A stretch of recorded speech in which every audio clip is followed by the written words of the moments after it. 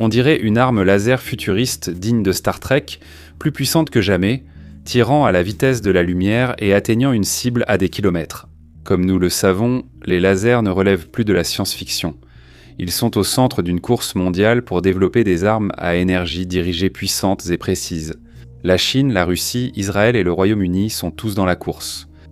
Mais avec Songbo, le nouveau canon laser de la marine américaine, l'Amérique pense probablement avoir gagné. Et voici pourquoi. Songbo sera équipé d'un laser de 400 kW. C'est un grand pas en avant par rapport à son prédécesseur, le Helios de 60 kW. Cette énergie lui permettra d'atteindre plus vite des cibles plus grandes et résistantes à plus longue distance. Avec l'évolution de la guerre moderne, les navires de surface ont besoin d'armes pour contrer les menaces aériennes majeures, comme les essaims de drones et les missiles. Alors que les intercepteurs coûtent des millions, un tir de Songbo ne coûterait qu'$1. Il est probable que les États du monde en tiendront compte. Mais est-ce à la hauteur de sa réputation ? Le Songbo est en développement, voici ce que nous savons. Il n'est probablement pas nécessaire que je souligne que les eaux géopolitiques sont devenues un peu plus agitées ces derniers temps. Un rapport du Congrès indique qu'on s'inquiète de plus en plus, depuis quelques années, de la survie des navires de la marine américaine. Des pays comme la Chine disposent maintenant de nombreux drones et missiles anti-navires. La modernisation de la marine chinoise est en cours depuis des décennies, si bien qu'elle constitue aujourd'hui un adversaire redoutable. À tel point que, selon le Congrès, il y a eu des débats pour savoir si les navires de surface américains devraient rester hors de portée de ces armes lors de futurs conflits. Et bien sûr, la Chine n'est plus la seule menace. Jusqu'à présent, 2 limitations majeures affectaient la marine américaine dans ce domaine. Premièrement, il y a la capacité limitée de ses soutes à munitions. Face aux menaces aériennes, les navires de surface sont limités par le nombre de missiles surface-air embarqués et le coût disproportionné de l'interception. Un véhicule aérien sans pilote, également appelé drone, peut être fabriqué pour très peu, mais l'abattre peut littéralement coûter une fortune, et nous allons aborder tout cela en beaucoup plus de détails un peu plus tard. Ces problèmes ne concernent pas que la marine américaine, et la solution est également mondiale. Les gouvernements du monde entier l'explorent. Les lasers, ou pour leur donner leur désignation complète, les armes à énergie dirigées de haute puissance. La marine américaine investit dans la technologie laser depuis un certain temps déjà. Cet intérêt date de l'initiative de défense stratégique de Ronald Reagan. Lancée en 1983, cette initiative visait à créer un système de défense antimissile spatial, comprenant un réseau de lasers pour protéger l'Amérique d'une attaque nucléaire. La presse l'a appelé Star Wars. Cela faisait partie d'un avenir qui semblait encore très lointain. Et c'était le cas. Et c'était aussi, financièrement et pratiquement, un peu un échec. Nous avons appris des choses intéressantes, mais cela n'a pas tenu ses promesses. Ce fut tout de même le début d'un long intérêt pour les armes laser. À la fin des années 1990, les États-Unis et Israël ont développé le laser tactique à haute énergie, appelé aussi Nortus, pour un usage militaire. Celui-ci utilisait un laser chimique qui tire son énergie d'une réaction chimique. Mais en 2005, après avoir accumulé une coût de développement de 300 millions de dollars, le projet a été abandonné. L'arme avait été critiquée comme encombrante, coûteuse et peu pratique. D'autres programmes de laser sont apparus puis disparus, les lasers chimiques posant divers problèmes. Leur puissance atteignait le mégawatt, mais logistiquement, c'était un cauchemar. Ils comptèrent sur d'énormes réservoirs de carburant, générant des panaches d'échappement dangereux. Clairement, ce n'était pas idéal, surtout en mobilité, comme sur un navire ou un véhicule. Une solution bien meilleure semblait résider dans l'électricité. Un faisceau serait alors généré et amplifié à travers de fines fibres de verre. Les lasers à fibres, alternatives aux produits chimiques, sont plus compacts, sûrs et adaptés aux applications mobiles. Ils n'ont sans doute pas la puissance des lasers chimiques, mais ils sont en théorie bien plus simples à déployer. Imaginez un pointeur laser plutôt qu'un rayon de la mort. En quelque sorte, le défi principal était de produire assez de puissance avec un laser à fibres. À la fin des années 2000 et au début des années 2010, les chercheurs ont créé des faisceaux combinés et des réseaux exploitant la puissance de plusieurs petits lasers. Et c'est là que les avancées technologiques sont en train de se produire. Mais quoi qu'il en soit, Songbo a le potentiel d'éclipser ses prédécesseurs. Il a été conçu pour répondre à la hausse des menaces aériennes comme les drones, projectiles et missiles hypersoniques. Il fait suite à l'Helios de la marine, une arme laser à haute énergie qui a maintenant été déployée sur le destroyer de classe Arleigh Burke. Mais alors que l'Helios peut tirer à environ 60 kW, Songbo aura une puissance bien supérieure, atteignant environ 400 kW. Il y parvient en combinant plusieurs modules laser à fibres de 50 kW en un seul faisceau, mais ce n'est pas aussi simple que d'assembler plusieurs mini-lasers. Pour fonctionner efficacement, les différentes ondes laser doivent être précisément alignées et synchronisées.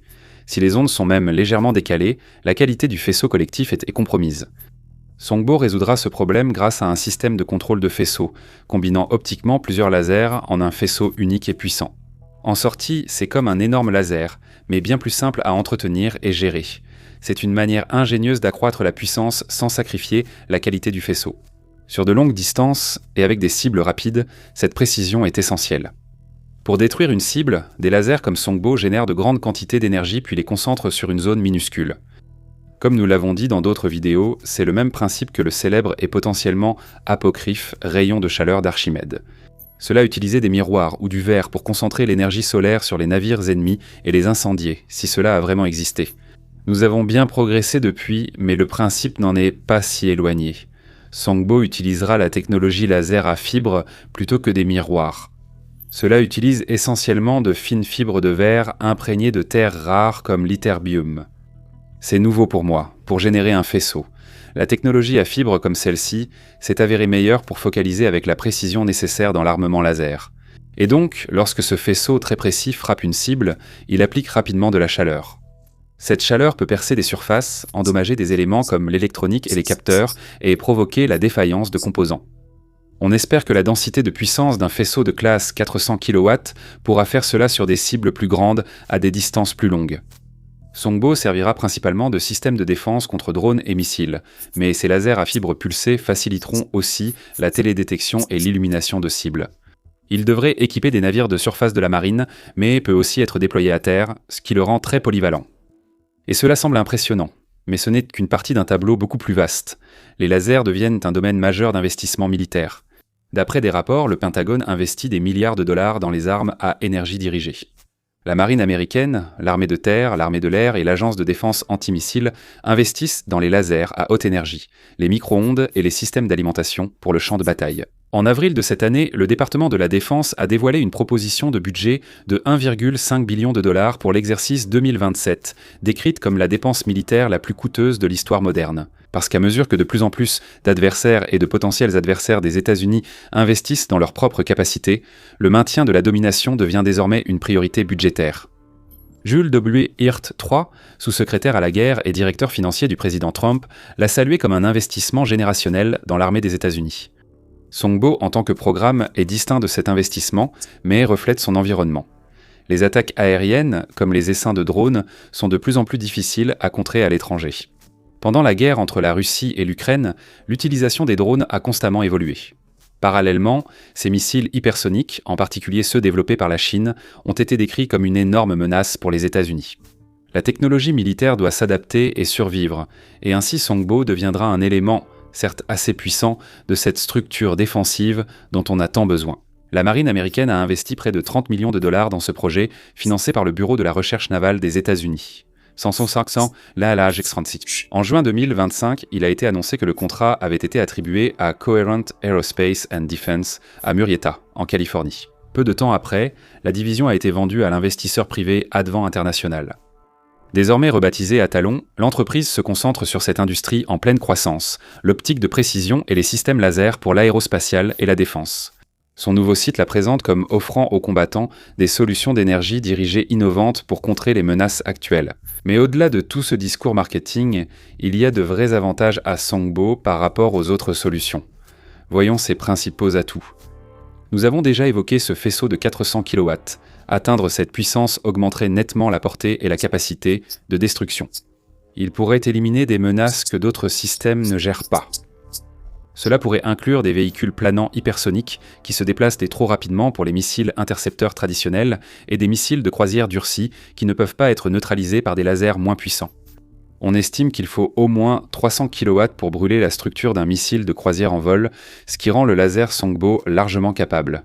Maintenant, cela reste à prouver. Cela reste du domaine du souhait, mais c'est tout ce dont nous disposons pour le moment. Il y a aussi la question du rapport coût-efficacité. Les guerres sont extrêmement coûteuses. Comme vous le savez probablement, vous regardez les méga-projects. Punaise, c'est cher. Des recherches menées dans le cadre du projet Costs of War de l'Université Brown ont estimé que les dépenses militaires américaines au Moyen-Orient d'octobre 2023 à 2025 s'élevaient entre 30 et 1 et 33,7 milliards de dollars. La marine a dépensé près de 2 milliards de dollars en munitions pour contrer les attaques de missiles et de drones des Houthis en mer Rouge et dans le golfe d'Aden. Le plus exaspérant dans tout cela, c'est que les menaces qu'ils affrontent peuvent coûter vraiment peu cher. Dans la guerre Russie-Ukraine, des drones à quelques centaines de dollars ont détruit des systèmes de combat valant des millions. Même les options de drones plus coûteuses nécessitent des dépenses énormes pour être neutralisées. Un drone iranien suicide comme le Shahed 136 peut coûter entre 20 000 et 50 000 dollars, mais les missiles intercepteurs nécessaires pour l'abattre coûteront des millions aux États-Unis. Et c'est ici que le Songbo et d'autres armes laser pourraient donc faire toute la différence. L'énergie dirigée est bien moins chère par tir comparé aux intercepteurs traditionnels. Songbo coûte entre 1 et 10 dollars par tir, car sa seule munition est l'électricité. Cette source d'énergie lui confère également un autre avantage. Tant que l'alimentation électrique du navire dure, il peut continuer à fonctionner. Avec une capacité de tir illimitée, il n'y a plus à craindre une pénurie de missiles. Logistiquement, c'est beaucoup plus facile. En comparaison, une batterie de missiles Patriot, par exemple, contient généralement entre 6 et 8 stations de lancement, chacune pouvant contenir 16 missiles PAC-3 ou 4 PAC-2. Elle peut avoir jusqu'à 120 missiles prêts à tirer selon sa configuration. Et bien sûr, en mer, l'espace est précieux. Un navire de surface ne peut transporter qu'un nombre limité d'intercepteurs. Être à court de munitions est également appelé être Winchester. Les navires équipés du système de combat Aegis, le bouclier de longue date de la flotte américaine, transportent généralement jusqu'à 96 missiles. Cela peut sembler beaucoup, mais c'est une limite connue. Une fois qu'ils sont épuisés, il n'y en a plus. Et il y a aussi un autre avantage pour Songbo. Face aux menaces, les armes laser sont rapides. Là où les missiles ou les balles mettent des secondes à atteindre leur cible, le Songbo est instantané. Dès qu'il est tiré, il est déjà arrivé. Et contrairement aux armes conventionnelles, vous pouvez tirer encore et encore. Pas besoin de recharger. Pas d'attente. C'est pratique si vous avez plusieurs projectiles entrants et souhaitez passer au suivant. Aujourd'hui, la guerre moderne privilégie souvent la quantité à la qualité. Lancer un grand essaim de drones, de leurres ou de projectiles est un moyen efficace de submerger complètement les défenses. C'est ce que les stratèges appellent des attaques de saturation. Il y a trop de cibles à gérer simultanément. Pas assez de temps pour recharger ou recentrer la visée et les missiles s'épuisent. Mais en théorie, tant que l'alimentation électrique dure, les armes à énergie dirigée pourraient en continuer à fonctionner. Cependant, nous devons faire très attention à ne pas trop exagérer cela. Un laser à haute énergie a toujours besoin de temps pour neutraliser une cible et passer à la suivante, donc il y a toujours une limite à ce qui peut être accompli lors d'une attaque de saturation suffisamment massive. Mais avec plus d'une arme laser, l'avantage serait assez considérable. Les armes à énergie dirigée peuvent rester sur leur cible et suivre une menace en maintenant leur faisceau. On dit même que Songbo pourrait neutraliser des missiles hypersoniques. Vous voyez, ceux-ci sont un vrai casse-tête pour les défenseurs comme les États-Unis. Les missiles hypersoniques volent à plus de Mach 5 et changent de trajectoire de façon imprévisible, les rendant très difficiles à intercepter, contrairement à un missile balistique en approche. Les systèmes de défense aérienne classiques peuvent alors le suivre et prévoir sa trajectoire, généralement assez prévisible. Ils enverront un intercepteur pour l'intercepter à l'endroit où il a le plus de chances de se trouver. Les missiles hypersoniques échappent à ces règles. Plus rapides, ils modifient leur trajectoire en vol, rendant leur trajectoire bien plus difficile à prévoir.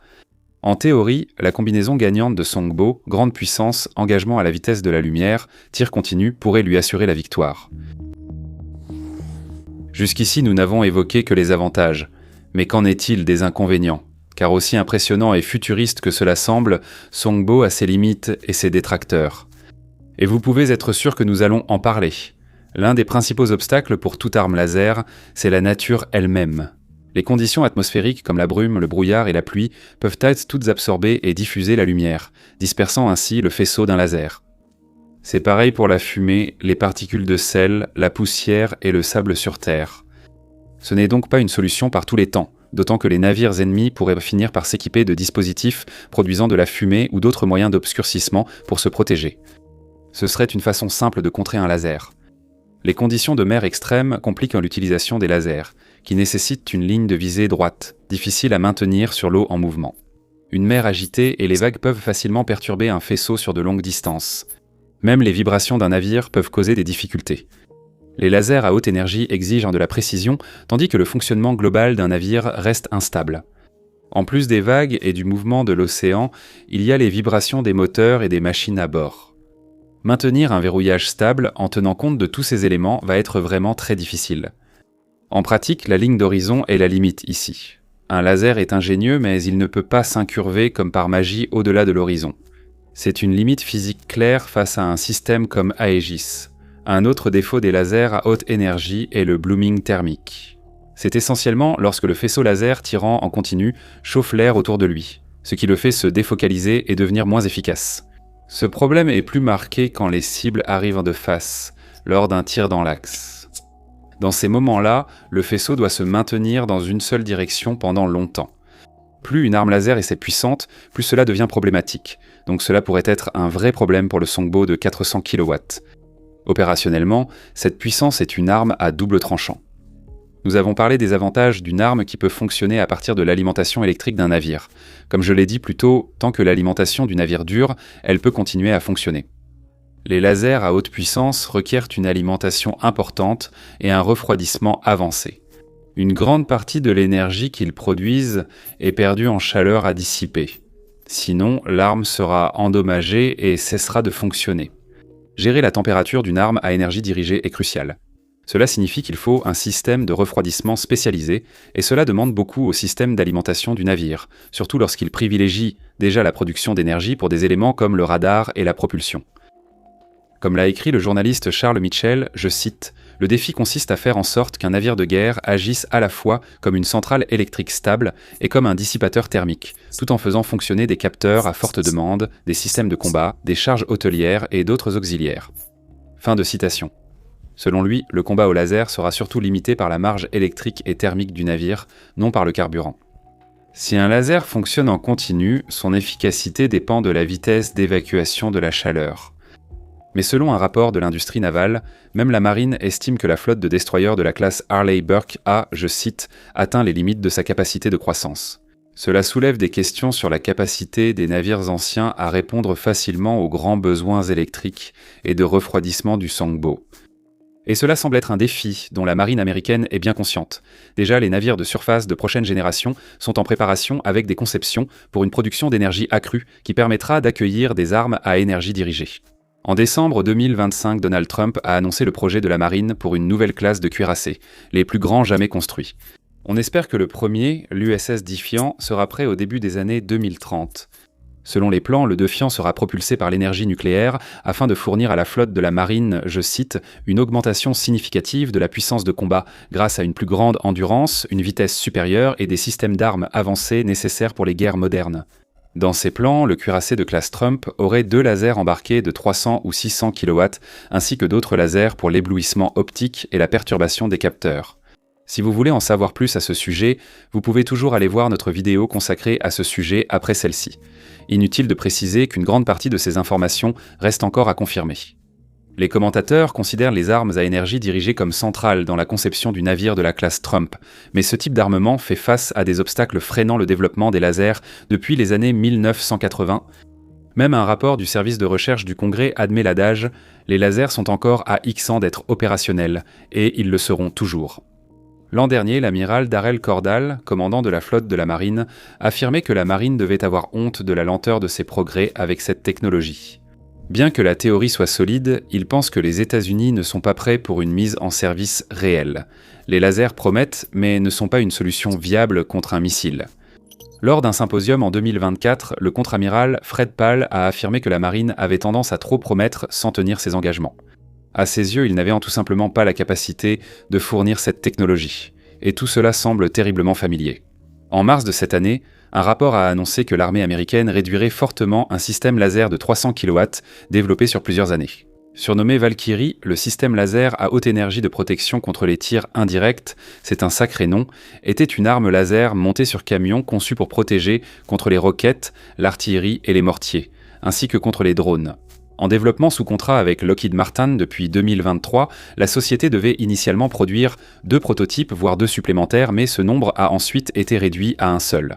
Mais à quelques mois de la livraison, alors que les tests et le prototype final étaient en cours, le projet a été mis en veilleuse. L'armée a décidé de ne pas déployer le prototype dans les unités, mais de l'utiliser pour orienter le développement du nouveau système d'armes laser interarmées. Cette initiative laser est une collaboration entre l'armée américaine et la marine américaine. En théorie, ils pourront utiliser leurs recherches antérieures pour créer un système de 150 kW dont la puissance pourrait ensuite être augmentée. Mais en coulisses, on murmure que celui au nom incroyablement long a été discrètement mis de côté parce que ses objectifs étaient tout simplement trop ambitieux. Selon les plans, les prototypes ne seraient transférés aux unités, je cite, que si les tests s'avéraient concluants. Lors des tests en conditions réelles, avec poussière, fumée et distorsion atmosphérique, l'arme n'a pas tenu ses promesses. De même, en 2024, l'US Air Force a mis fin à son très vanté programme SHIELD, qui visait à introduire des lasers à haute énergie montés en nacelle sur des avions de chasse. Le docteur Ted Oretz du laboratoire de recherche de l'US Air Force a alors affirmé qu'il n'y avait aucun projet de test ou d'évaluation supplémentaire. Le programme SHIELD avait visiblement rencontré nombre de ces problèmes déjà évoqués. Des difficultés techniques, la génération de chaleur, des environnements hostiles, tout cela menant à des affirmations selon lesquelles la technologie n'était toujours pas suffisamment développée pour une utilisation dans le monde réel. Bien sûr, cela ne veut pas dire que le concept des armes à laser est abandonné. Malgré leurs propos, même l'armée de l'air paraît prête à retenter l'expérience avec des fonds demandés pour l'exercice budgétaire 2027. Mais cela montre que toutes les initiatives liées au laser ne verront pas forcément le jour. Pour que Songbo prenne son envol, il devra prouver sa valeur. Près de 30 millions de dollars. Malgré les particularités problématiques des armes laser, elles sont en développement partout dans le monde. Les États-Unis ne sont certainement pas la seule puissance mondiale à participer à cette course futuriste. Si vous êtes un visiteur régulier ici sur Megaprojects, eh bien tout d'abord, bienvenue à nouveau, et vous vous souvenez peut-être de notre vidéo sur le laser Dragonfire du Royaume-Uni. Comme Songbo, Dragonfire a été conçu pour contrer les drones, les missiles et les projectiles. Et tout comme Songbo, il utilise la technologie des lasers à fibres à l'état solide. Le développement de Dragonfire a été financé à hauteur de 100 millions de livres sterling. Cet argent provient du ministère britannique de la Défense et d'investisseurs privés pour le compte de la Marine royale britannique. Et il y en a déjà beaucoup plus en réserve.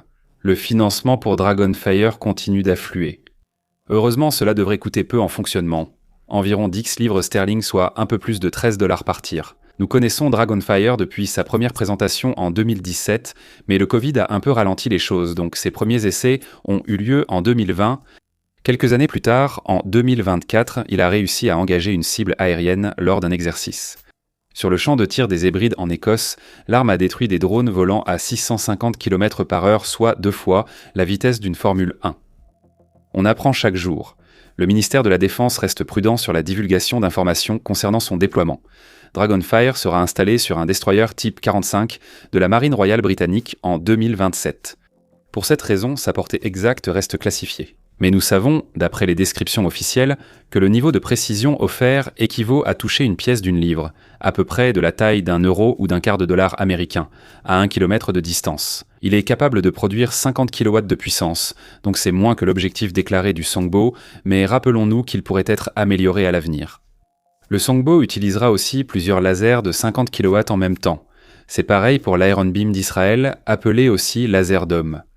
Développé par la société de technologie de défense Rafael, il s'agit d'un système laser à haute énergie de 100 kW. Dans la communication bien léchée de Rafael, il est affirmé que l'Iron Beam redéfinit la guerre moderne. Et je veux dire, oui, peut-être que c'est le cas. Il paraît que l'Iron Beam est capable de surmonter les défis atmosphériques auxquels sont confrontées les autres armes laser. Avec les lasers, plus le faisceau est large, plus vous risquez de rencontrer d'interférences atmosphériques. L'Iron Beam résout ce problème en tirant des centaines de faisceaux de la taille d'une pièce, qui convergent vers une cible jusqu'à sa destruction ou son endommagement. Il affirme avoir un coût d'interception quasiment nul, quoi que cela veuille dire. Et surtout, il est maintenant opérationnel. En décembre 2025, l'Iron Beam a été officiellement déployé auprès des FDI après plus de 10 ans de développement. En mars 2026, des images sur les réseaux sociaux semblèrent le montrer intercepter un drone du Hezbollah. Le président de Rafael, Yuval Steinitz, a commenté cela en déclarant « Israël est le premier pays au monde à transformer la technologie laser haute puissance en un système entièrement opérationnel et à effectuer de véritables interceptions en situation de combat. » Jusqu'ici, les Iron Beam étaient surtout terrestres. Israël privilégie logiquement les menaces de roquettes à courte portée. Mais il sera également déployé sur des navires. L'année dernière, un représentant de Rafael a confirmé qu'il menait des essais en mer. Au-delà de cela, ils sont restés assez discrets pour des raisons de sécurité. Israël est peut-être le premier mais pas le dernier. La Corée du Sud, la Russie, l'Ukraine, l'Inde et le Japon suivent aussi. Tous proposent des variantes sur le même thème. L'an dernier, la Chine a présenté le LY-1, une arme embarquée à laser de haute énergie qui serait en phase de test avancé. En étudiant les lasers à haute énergie, on rencontre souvent le terme « défense multicouche ». Pour l'instant et sûrement longtemps, l'armement laser ne sera pas une solution universelle. Il y a tout simplement trop d'éléments à prendre en compte et trop de limites à prendre en compte. Et donc cela deviendra littéralement juste une arme parmi d'autres dans l'arsenal d'un pays. Des systèmes comme Songbo seront employés avec des intercepteurs éprouvés, offrant ainsi à l'équipage une solution même en mer agitée pour gérer ce drone gênant. Personne ne souhaite qu'un navire de surface reste inactif et sans défense à cause d'une brume marine. Les projectiles traditionnels peuvent être terriblement coûteux, mais ils resteront probablement utilisés d'une manière ou d'une autre.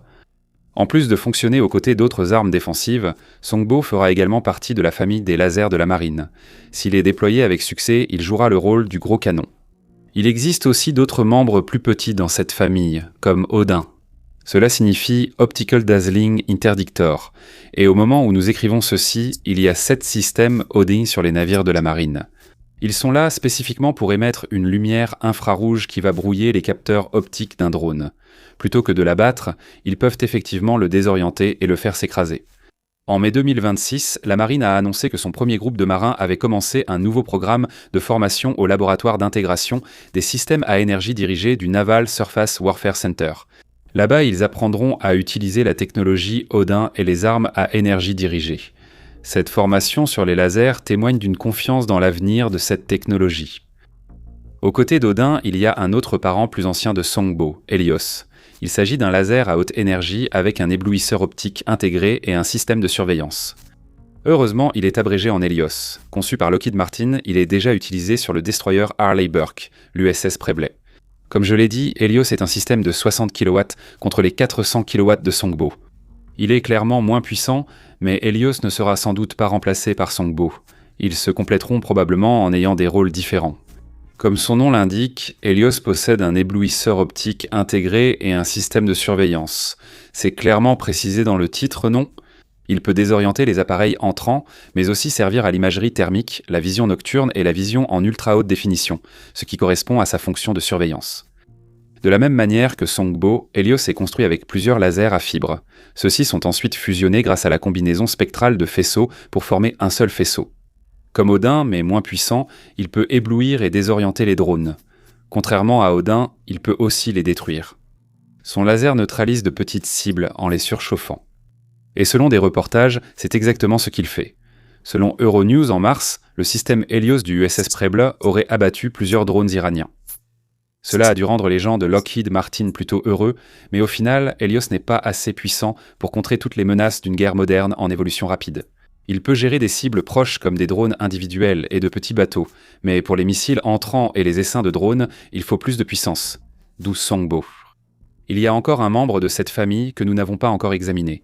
HELCAP, également connu sous le nom de programme High Energy Laser Counter ASCM. C'est sans doute le prédécesseur le plus proche de Songbo, un système de 300 kW conçu pour protéger les navires contre les missiles de croisière anti-navires. Dans un article de 2024 pour Physics Today, Thomas Carr et James Trebes expliquent qu'un laser de 300 kW peut neutraliser une cible à coque en aluminium en 2 secondes et demie. Mais il faut préciser que c'est en théorie, car jusqu'à présent, HELCAP n'a été installé sur aucun navire.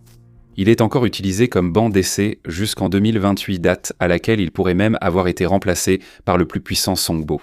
En théorie, Songbo doit être achevé d'ici janvier de l'année prochaine, 2027. S'il réussit, il pourrait alors devenir un élément clé de la famille de lasers de la marine américaine. Mais avec autant de programmes d'énergie dirigés en cours et tant d'autres qui ont été discrètement abandonnés, rien n'est garanti. Songbo pourrait être la solution complète de 400 kW qu'il promet d'être, ou il pourrait simplement n'être qu'une étape de plus vers le prochain projet de laser.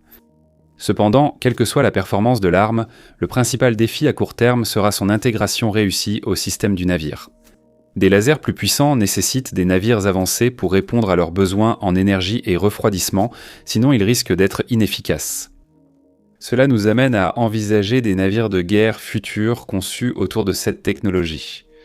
Comme pour le stockage des missiles, les futurs navires de surface pourraient être conçus en intégrant les systèmes électriques et la gestion thermique. Nous verrons. Selon le journaliste Jared Keller, le rêve d'une arme laser pouvant abattre des missiles de croisière est presque aussi ancien que le laser.